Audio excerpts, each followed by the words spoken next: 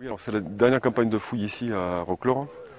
La fouille a débuté il y a 13 ans, donc ça fait quand même pas mal de temps qu'on est là, tous les ans, à peu près 5 semaines, pour mettre à nu les vestiges donc, de la capitale, certainement, des osques avant Auch. Alors bien sûr, cette année, étant la dernière, on a mis plus de moyens que d'habitude, et on a fait quelques découvertes particulièrement intéressantes, et surtout, on peut citer un coin monétaire, c'est-à-dire une matrice pour fabriquer des monnaies gauloises. Euh, Ce sont des éléments extrêmement rares et qui dénotent en général la présence d'un site capital qui émet donc des monnaies à grande échelle. Ces monnaies sont en général diffusées au niveau de la Garonne, entre Bordeaux et Narbonne.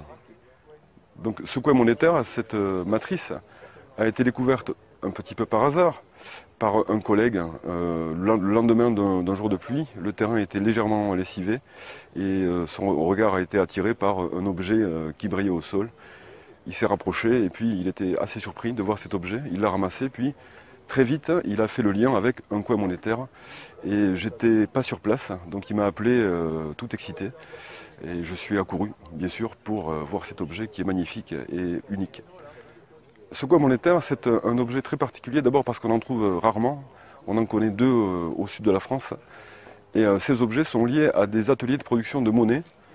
Comme aujourd'hui, hein, c'est un droit particulier que d'émettre des monnaies. Et ce droit, il n'existe que dans les principales agglomérations, c'est-à-dire les capitales. Les monnaies donc, sont émises dans ces sites. Les monnaies sont pesées. Hein, elles correspondent à un système monétaire très réglé, très structuré, avec des poids et des mesures. Et ensuite, ces monnaies entrent bien sûr dans les circuits commerciaux, et en particulier pour l'échange du vin avec l'Italie. On sait que ces monnaies servaient de contrepartie au vin italien qui arrivait ici. Alors, le vin italien, bien sûr, ici, il est matérialisé par de l'amphore, des tessons d'amphore qu'on a en quantité vraiment énorme. On en est à environ 10 tonnes, puisqu'on pèse chaque élément. On est à environ aujourd'hui 10 tonnes et la fouille n'est pas encore terminée. Une fois la fouille terminée, c'est-à-dire fin août, nous allons protéger les vestiges encore existants sur le site avec un rebouchage habituel dans ce genre de circonstances, un rebouchage avec du sable et ensuite une mise à niveau générale du terrain. Et le terrain ne sera pas réexploité. Donc on aura une protection optimale en tout cas des vestiges encore présents sur le terrain. Alors bien sûr, comme toute fouille qui se termine, on est un petit peu frustré, on aurait aimé aller un peu plus loin.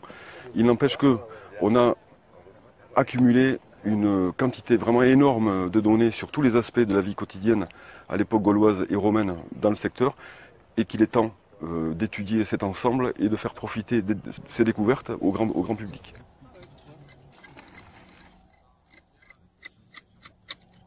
Le site de Roclore fait partie des quelques rares sites d'oppidum, c'est-à-dire de centres urbains gaulois, fouillés en France.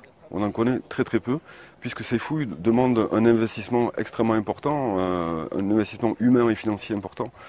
On en connaît une poignée, hein, et donc ce sont à chaque fois des sites particulièrement importants qui, en général, abritaient la population, une population privilégiée, c'est-à-dire essentiellement des aristocrates, donc des gens qui étaient au pouvoir. D'où l'intérêt bien sûr de cette fouille, qui révèle également, en dehors de la présence d'aristocrates ici, une structuration déjà précoce de l'occupation, avec un urbanisme très réglé, sur des terrasses, des séries de terrasses dans la pente, des accès par des rues ou des voies, et un système de parcelles extrêmement élaboré. Donc on a réellement affaire ici à une ville.